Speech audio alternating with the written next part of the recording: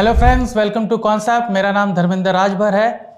आज हम बात करेंगे मार्केट मूवमेंट की कि कैसे मार्केट एक पर्टिकुलर डायरेक्शन में जा सकता है, और हम ये भी देखेंगे कि कैसे हम किसी स्टॉक को देख सकते हैं कि स्टॉक कैसे वहाँ से मूव कर रहा है। तो हम ये भी देखेंगे कि एक पर्टिकुलर स्टॉक को ऑन इंट्राडे बेस कैसे हम उसका एक मूव कैप्चर कर सकते हैं। ठीक है, बस हम इसमें सिर्फ दो सिंपल टूल यूज़ करेंगे। एक हम यूज़ करेंगे ऑर्डर बुक और दूसरा हम यूज़ करेंगे उसके कंफर्मेशन के लिए एक ऑप्शन बिल्टअप। ऑलराइट, सो पहले हम देखते हैं कि ऑर्डर बुक कैसे हम यूज़ करेंगे, या कोई भी पर्टिकुलर ट्रेड को जो एग्जीक्यूट करते हैं लोग किस तरीके से एग्जीक्यूट करते हैं, हम वही चीज़ देखेंगे। ठीक है, तो पहले चलते देखते हैं कि लोग ट्रेड कैसा करते हैं। तो अगर मैं बात करूँ किसी भी एक पर्टिकुलर नॉर्मल स्ट्रैटेजी की, ठीक है, कि अगर कोई पर्टिकुलर प्राइस इस तरीके से मूव कर रहा है, ठीक है, तो एक कंसोलिडेशन फेज बनता है। ठीक है, अगर आप देखोगे एक कोई भी स्टॉक इस तरीके से मूव किया तो उसने किसी जगह पे कंसोलिडेट किया हो। ठीक है, वो कंसोलिडेशन फेज बहुत इंपॉर्टेंट होता है। रीज़न ये है कि वो एक साइडवेज जोन से जैसे ही बाहर निकलता है एक फ्लो बनता है उसका। अगर वो ऊपर की तरफ जाएगा तो ऊपर की तरफ एक अच्छा फ्लो बनता है, और नीचे की तरफ जाएगा तो नीचे की तरफ भी एक अच्छा फ्लो बनता है। तो अगर कोई भी स्टॉक, अगर किसी भी स्टॉक को मैं देखूं, अगर वो मान लीजिए इस तरीके का उसका मूवमेंट है, ऐसा ऐसा मूवमेंट, ऐसा ऐसा उसने मूवमेंट किया, ठीक है, अभी ज़रूरी नहीं कि वो एकदम स्टेडी मूवमेंट हो, लेकिन ज़्यादातर साइड में इस तरीके से मूव करता है। तो यहाँ पर आप देखोगे कि अपर और लोअर लेवल वहाँ पर हमें आसानी से मिल जाता है जिस पर्टिकुलर लेवल को उसने रिस्पेक्ट किया हो। तो जैसे अगर मैं बात कहूँ कि ये एक अपर लेवल है जहाँ पे उसने बनाया है, और एक ये लोअर लेवल बन जाता है। ठीक है, सो अगर इंट्राडे बेस पे अगर देखा जाए, चाहे आप 1 मिनट टाइम फ्रेम में जाइए चाहे 5 मिनट टाइम फ्रेम पे जाइए, ठीक है, 5 मिनट में आपको ज़्यादा टाइम मिल सकता है ट्रेड एग्जीक्यूट करने के लिए, तो मैं 5 मिनट की बात कर रहा हूँ। तो अगर स्टॉक यहाँ से निकलता है तो जनरली यहाँ से ऊपर की ओर मूव करता है। ठीक है, और अगर यहाँ नीचे जाएगा तो यहाँ पर आपको एक अच्छा मूव मिलता है। ठीक है, लेकिन ये जो ब्रेकआउट और जो ब्रेकडाउन हुआ है, ये कितना सस्टेन होने का चांसेस है वो इंपॉर्टेंट है। ठीक है, कितना सस्टेन होने का चांसेस है वो इंपॉर्टेंट है। ऑब्वियसली वो ऊपर ब्रेकआउट कर रहा है, तो यहाँ पर हम दो चीज़ को देखेंगे। ठीक है, दो चीज़ को देखेंगे। एक तो हम देखेंगे कि वहाँ पर फ्यूचर का डेटा क्या बोल रहा है। ठीक है, फ्यूचर का डेटा क्या बोल रहा है कि वहाँ पर क्या कंडीशन चल रही है, और एक हम ऑप्शन का डेटा देखेंगे। ठीक है, ऑप्शन का डेटा देखेंगे। ठीक है, जब दोनों ही डेटा अगर दोनों ही मैच कर रहे हैं तो ये जो ब्रेकआउट हो रहा है या फिर वो जो ब्रेकडाउन कर रहा है, वहां पर हमारा कंडीशन फुलफिल हो जाती है, और ये डेटा से हमें एक बैकिंग मिलती है, और उस बैकिंग की वजह से क्या होता है कि ये जो ब्रेकआउट है ये सस्टेन करता है। ठीक है, ये डेटा पूरी तरीके से सस्टेन करता है कि यहाँ पर ब्रेकआउट हुआ है, तो मैं यहाँ पर ट्रेड ले सकता हूँ अगर मुझे ये दोनों डेटा कह रहे हैं कि ये ट्रेड बुलिश हो सकता है या ये पर्टिकुलर ट्रेड बेरिश हो सकता है। ठीक है, तो अभी हम बात करेंगे कि कंडीशंस क्या होती है, कि कहीं पर भी हम जो ट्रेड लेते हैं, अगर मैं फ्यूचर डेटा की बात करूं तो उसमें क्या कंडीशन होता है वो हम देख सकते हैं। ठीक है, तो जाहिर सी बात है कि या तो बायर होंगे या तो सेलर होंगे, राइट, बायर और सेलर। तो किसी भी पर्टिकुलर कैंडल पे अगर आप बायर और सेलर देखते हो, ठीक है, तो हम उसके क्वांटिटी से एनालाइज करते हैं। ठीक है, उसके क्वांटिटी से एनालाइज करते हैं कि कौन ज़्यादा डोमिनेंट है। ठीक है, क्वांटिटीज को उन्होंने जो क्वांटिटीज उसमें लगाई है उस क्वांटिटी से हम एनालाइज करेंगे कि कौन ज़्यादा डोमिनेंट है। तो अगर मान लीजिए यहाँ पर बायर कुछ 1000 है और सेलर यहाँ पर कितने हैं 2000 है, तो हम ये बोलेंगे कि सेलर ज़्यादा डोमिनेंट है, राइट, बायर कम डोमिनेंट है। और वहीं पर अगर मैं बोलूँगी कि बायर 5000 है और सेलर यहाँ पर मैं देख रहा हूँ 2000 है, ठीक है, तो यहाँ पर कौन ज़्यादा डोमिनेंट है, बायर। ठीक है, तो कंडीशन ये होती है कि जो जिस तरफ ज़्यादा डोमिनेंट रहता है मार्केट उस तरफ मूव करने की कोशिश करता है। ठीक है, जो हम देखेंगे ऑर्डर बुक के डेटा से, ठीक है, कि यहाँ पर बायर ज़्यादा हावी है कि सेलर ज़्यादा हावी है। जो ज़्यादा हावी होता है उस तरफ मार्केट मूव करने की कोशिश करता है। ठीक है, अभी हमें ये यहाँ पर ये जानना बहुत ज़रूरी है कि ये जो बायर और सेलर इनका जो जहां पर ये हावी होते हैं वो पर्टिकुलर पॉइंट कौन सा, वो इंपॉर्टेंट होता है। अभी इसी के पहले जो मैंने आपको कंडीशन बताई थी वो था आपका कंसोलिडेशन जोन। ठीक है, कंसोलिडेशन जोन। सो अगर इस कंसोलिडेशन के अंदर जितनी सारी कैंडल बन रही है उस कैंडल पे अगर इस बेसिस पे ट्रेड लेंगे तो फिर वहां पर वो ट्रेड सक्सेस होने के चांसेस कम हो जाते हैं, क्योंकि कोई भी चीज किसी पर्टिकुलर कंडीशन में या पर्टिकुलर जगह पर ही जचती है। तो अगर ये भी हम देख रहे हैं कि कौन ज्यादा डोमिनेंट है, पहले वो देखते हैं कि कहां पर है, राइट, कहां पे ये ज्यादा यहां पर हमें हावी हो सकता है, कहां पे मुझे एक फ्लो मिल सकता है। ठीक है, अब जैसे बहुत एक हैवी चीज है, अगर आप उसको एक समतल जमीन पे रखेंगे तो वो वहीं पर रहेगी, ज्यादा मूव नहीं करेगी, जो कि साइडवेज का कंडीशन है। ठीक है, अभी वही 100 ढलान पे ले जाते हैं स्लोप पर तो पूरा तरीके से नीचे जाता है। ठीक है, तो यहां पर भी वही कंडीशन है कि अगर मुझे एक फ्लो चाहिए तो ये जो डोमिनेंस है कि बायर ज्यादा है कि सेलर ज्यादा है, ये कहां पर हावी होंगे, वो मुझे कंसोलिडेशन ब्रेकआउट के बाद ही मालूम पड़ता है कि कंसोलिडेशन ब्रेक हो रहा है, और वहां पर अगर मुझे बायर ज्यादा डोमिनेंट दिख रहे हैं तब मेरा वहां पर ट्रेड मूव होता है। तो अगर ये ऊपर का लेवल्स है, यहाँ पे ब्रेक कर रहे हैं, यहाँ पे मुझे मालूम पड़ेगा इस पर्टिकुलर कैंडल पे कि मेरे जो बायर हैं वो सेलर के मुकाबले डबल है, मतलब ट्वाइस। ठीक है, तो ये कंडीशन यहाँ पर मैच करती है, तब जाके मेरा वहां पर ट्रेड बनता है। ठीक है, तो ये तो हो गया कि ऑर्डर बुक में कैसे आप बायर और सेलर के डेटा को निकाल के आप ये देख सकते हो कि कौन ज्यादा हावी है। ठीक है, हम उससे ये एनालाइज कर सकते हैं। अभी आते हैं कि ऑप्शन बिल्टअप पे हम क्या देखेंगे, हम उसके बारे में देखते हैं। ठीक है,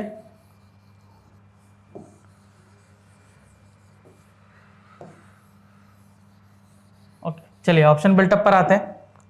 तो जब मैं ऑप्शन बिल्टअप की बात कर रहा हूं, पूरे तरीके से ये ऑप्शन डेटा के ऊपर आधारित है। ठीक है, तो ऑप्शन डेटा का जो कॉल और पुट है दोनों कंसिडर किया जाता है और पीसीआर भी उसमें कंसिडर किया जाता है। तो अभी जाहिर सी बात है, अगर मार्केट ऐसे ऐसे ऊपर जा रहा है तो अगर मैं बायर्स का कंडीशन बोलूं तो सबसे पहला एज ए बायर तो सबसे पहला यहां पर क्या होगा, कॉल बाइंग होगा, राइट। अगर मुझे ऐसा लग रहा है कि ये मार्केट ऊपर जा सकता है तो वहां पर सबसे पहला कंडीशन क्या बनेगा, कॉल बाइंग। ठीक है, क्योंकि मुझे ऐसा लग रहा है कि ऊपर जा सकता है तो मैं भी उसके साथ एक प्रॉफिट बनाना चाहूंगा। ठीक है, अभी अगर कॉल बाइंग हो रहा, मार्केट ऊपर जा रहा है, तो हमें यह पता है कि एक पर्टिकुलर लेवल पे ऊपर ओटीएम लेवल पर यहां पर ऑप्शन राइटर्स बैठते हैं, ऑप्शन राइटर्स अपनी पोजीशन बनाते हैं। ठीक है, ऑप्शन राइटर बोलिए या फिर सेलर बोलिए, दोनों एक ही बात है, तो वो अपनी पोजीशन बनाते हैं। ठीक है, तो ये जब मार्केट ऊपर जाता है और इनका लेवल यहां पर ब्रेक करता है, तब ये जो राइटर हैं ये अपनी पोजीशन एग्जिट करते हैं, क्योंकि उनको फियर है कि यहां पर लॉस हो सकता है। तो इसलिए आपका सेकेंड कंडीशन बनता है यहां पर कॉल राइटर्स एग्जिट। ठीक है, कॉल राइटर्स एग्जिट, क्योंकि उनको ऐसा लग रहा है कि बाजार ऊपर जा सकता है, वो नुकसान ज्यादा नुकसान हो सकता है, तो अपनी पोजीशन को वाइंड अप कर लेते हैं। ठीक है, अभी ये तो बायर के पर्सपेक्टिव, पहला वाला बायर के पर्सपेक्टिव था, दूसरा सेलर, अभी तीसरा भी सेलर के हिसाब से ही है। अभी ये होता है कि जब मार्केट ऊपर जाता है, ठीक है, दो लोग, एक बायर होते हैं जो प्रीमियम बढ़ने का फायदा उठाते हैं और एक सेलर होता है जो प्रीमियम घटने का फायदा उठाते हैं। तो मार्केट जब ऊपर जाएगा तो किसका प्रीमियम घटता है, पुट का। तो मैं अगर एज ए ऑप्शन सेलर हूं तो मैं पुट को राइट करूंगा। तो यहां पर क्या होगा, मार्केट ऊपर जा रहा है तो पुट राइटर्स पोजीशन बनाएंगे। ठीक है, तो यहां पर आएंगे पुट राइटर्स, राइटिस बोलो या फिर आप राइटिंग बोल सकते हो, पुट राइटिंग। ठीक है, तो पुट राइटिंग होगा। अभी यहीं पर जब मैं बात करूं पुट राइटिंग की तो हम पुट बायर्स भी होंगे। तो मार्केट जब ऊपर जा रहा है तो जैसे कॉल राइटर लोग को नुकसान होता है, पुट बायर को भी नुकसान होता है। तो पुट बायर वहां से अपनी पोजीशन हटाना शुरू करेंगे, अपनी पोजीशन वाइंड अप करेंगे। तो यहां पर आपको फोर्थ कंडीशन क्या आएगा, put buyer exit, put buyer exit.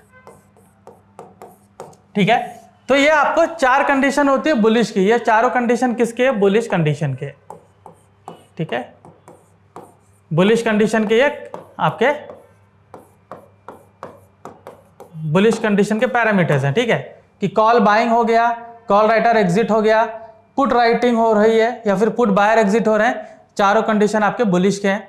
जब भी वहाँ ब्रेकआउट होता है उस पर्टिकुलर कैंडल पे हम जाके ये कंडीशन देखेंगे कि यहाँ पर अगर ये चारों कंडीशन में से कोई एक कंडीशन आ रही है, इसका मतलब आपको वहाँ पर कंफर्मेशन मिल रहा है, आप वो ट्रेड वहाँ पर एग्जीक्यूट कर सकते हैं, ठीक है। सो ये आपका बुलिशनेस आ गया। तभी हम आते हैं बेरिश की ओर, ठीक है। तो अगर जब मैं बेरिश कंडीशन की बात करूंगा तो एग्जैक्टली इसके अपोजिट होता है, ठीक है, एग्जैक्टली इसके अपोजिट होगा। तो वहां पर जब पहले मार्केट जब नीचे जाता है तो एज ए बायर मैं क्या करूंगा, वहां पर पुट बाय सबसे पहला करूंगा, ठीक है। तो यहां पर पहला कंडीशन आपका आएगा पुट बाइंग, ठीक है, सबसे पहला कंडीशन है पुट बाइंग। अभी यहां पर जैसे आप देखोगे पुट बाइंग हो रही है एक बायर पर्सपेक्टिव से। अभी राइटर्स की जब बात आएगी तो यहाँ पर ऑलरेडी कॉल राइटर्स जो होते हैं वो क्या करेंगे, उनको नुकसान होना शुरू करेगा क्योंकि मार्केट नीचे जा रहा है, ठीक है। तो होगा क्या, यहाँ पर जो पुट राइटर्स हैं वो अपनी पोजीशन एग्जिट करेंगे क्योंकि उनका मानना है कि मार्केट ऊपर जा सकता है लेकिन मार्केट उनके अगेंस्ट जा रहा है, तो अपनी पोजीशन एग्जिट करेंगे। तो यहाँ पर आएगा पुट राइटर्स एग्जिट, ठीक है।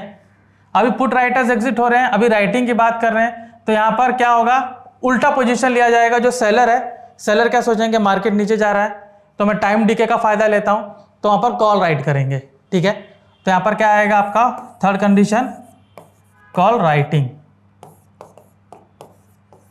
ठीक है, कॉल राइटिंग। अभी जब कॉल की बात की गई तो ऑब्वियसली एज ए बायर मैं पुट बाय कर रहा हूं, वहां पर जो कॉल बायर्स होंगे उनको लॉस हो रहा होगा, तो कॉल बायर्स क्या करेंगे, अपनी पोजीशन वाइंड अप कर लेंगे, ठीक है। तो यहां पर आएगा कॉल बायर एग्जिट, ठीक है। तो ये चारों कंडीशन आपका किसका है, आपका बेरिश कंडीशन का है,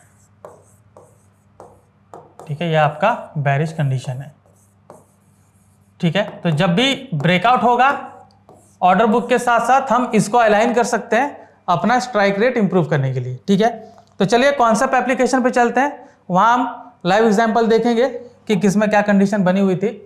तो सबसे पहले हम जाएंगे एनालाइज में, वहां पर चार्ट्स एंड ऑर्डर ट्रेड को सेलेक्ट करेंगे, ठीक है। तो यहां पे आप देख सकते हो जैसे बजाज ऑटो का यहां पर लगा हुआ है चार्ट, ठीक है। सो इसको मैं 5 मिनट कर लेता हूं, ठीक है। अब 5 मिनट का टाइम फ्रेम है, आप यहां पर देख सकते हो।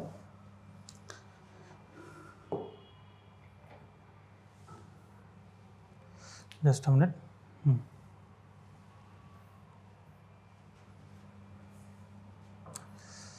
सो ये रहा 5 मिनट का चार्ट है, आप देख सकते हो। तो जैसा मैंने आपसे कहा था कि हमारे पास हम कभी भी देखते हैं मार्केट में हमें कंसोलिडेशन फेज हमें जरूर मिलता है जहां पे मार्केट ने कुछ साइडवेज किया हो। तो यहां पर आप देख सकते हो ऑन द 4th जुलाई यहां पर पूरे तरीके से मार्केट ने यहाँ कंसोलिडेट किया हुआ है, ठीक है। तो मैं क्या करूंगा, इस कंसोलिडेशन का लेवल में मार्क करता हूं। तो सबसे पहला मैं यहाँ पर लोएस्ट पॉइंट बनाता हूं, तो आप देख सकते हो ये इनका लोएस्ट पॉइंट है, ठीक है, जहाँ पे प्राइस ने 2 बार इसको रिस्पेक्ट किया हो। और यहाँ पर आप देख सकते हो एक यहाँ पर पर्टिकुलर इसका लेवल है, ठीक है। हम उसी डे का देखेंगे। तभी आप ये देखिए कि उसी दिन वहाँ पे ब्रेकआउट हुआ, ठीक है। यहाँ पर आप देख सकते हैं कि उसी दिन यहाँ पे ब्रेकआउट हुआ। कितने बजे ब्रेकआउट हुआ, 3:15 पे, ठीक है। लेकिन इंट्राडे मूव की बात करें, अभी 3:15 पे आप कोई पोजीशन बनाने तो जाओगे नहीं, ठीक है। तो हम नेक्स्ट डे पर आते हैं।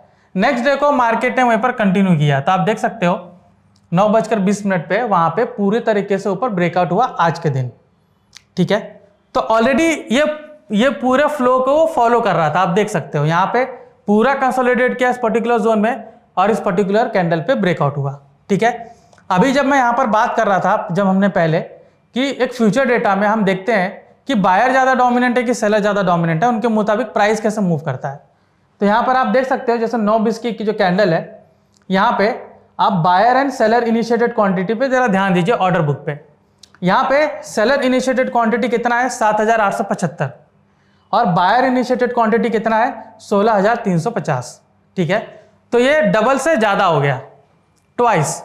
तो यहाँ पर ट्वाइस हो गया, तो आपको यहाँ पर क्लियरली दिख रहा है कि ये ब्रेकआउट के इसके चांसेस है, ब्रेकआउट सक्सेस होने के चांसेस ज़्यादा है। यहाँ पर अभी ब्रेकआउट हुआ, ठीक है, हमें पहले ही कंफर्मेशन मिल गया कि यहाँ ब्रेकआउट होगा, ये ब्रेकआउट यहाँ पे हमें ट्रेड अच्छा मिल सकता है।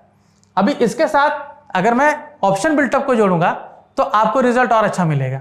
ठीक है, तो अगर मैं ऑप्शन बिल्टअप पे जाता हूँ, ये 9:20 को यहाँ पर ब्रेकआउट हुआ है, तो ट्रैक में जाइए, ऑप्शन वाई में ऑप्शन बिल्टअप को सेलेक्ट करिए। ठीक है, यहाँ पर 5 मिनट टाइम फ्रेम रखिए। यहाँ मैं ले लेता हूँ बजाज ऑटो।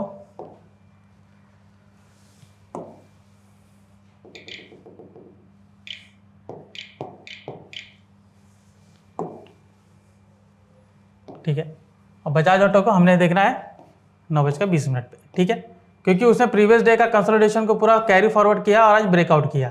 ठीक है, तो 9:20 पे आप देख सकते हो यहाँ पर पूरा मेरा कंडीशन बना हुआ है। ठीक है, right from the beginning call buying, जो मैंने आपको बुलिश का कंडीशन बताया था वहां पर भी आपको कॉल बाइंग बता रहा है और आगे भी आपको कॉल एटर एग्जिट बता रहा है।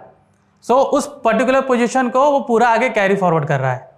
ठीक है, तो मेरा वहां पे कॉन्फिडेंस और भी बन जाता है, और अगर मैं वहां ट्रेड एग्जीक्यूट करता हूं तो आप देख सकते हो ऑन द इंट्राडे बेसिस, अगर पूरे दिन में नहीं लेकिन उस टाइम पर भी मुझे काफी अच्छा प्रॉफिट मिला था अगर आप चार्ट पर जाते हो तो। ठीक है, तो दोबारा हम चार्ट पर जाते हैं, एनालाइज में जाके चार्ट ऑर्डर इन ट्रेड, इसको 5 मिनट रखते हैं।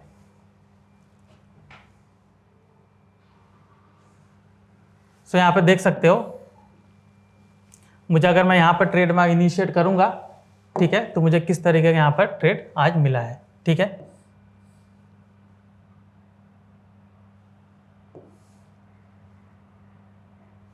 वन इज टू टू का रेशो देखिए, एक हम रियलिस्टिक अप्रोच रखते हैं, अगर 1:1.5 रखेंगे तो वो भी मेरे लिए इजीली अचीव हो गया है। ठीक है, सो इस तरीके से आप एक पर्टिकुलर स्टॉक का मोमेंटम कैच कर सकते हो using order book and option built up. आपका स्ट्राइक रेशो आसानी से इंप्रूव हो सकता है। ठीक है, सो और भी ऐसे जानकारीपूर्ण तत्व जानने के लिए कॉन्सेप्ट से जुड़े रहिए। मैं धर्मेंद्र राजभर, आपका धन्यवाद।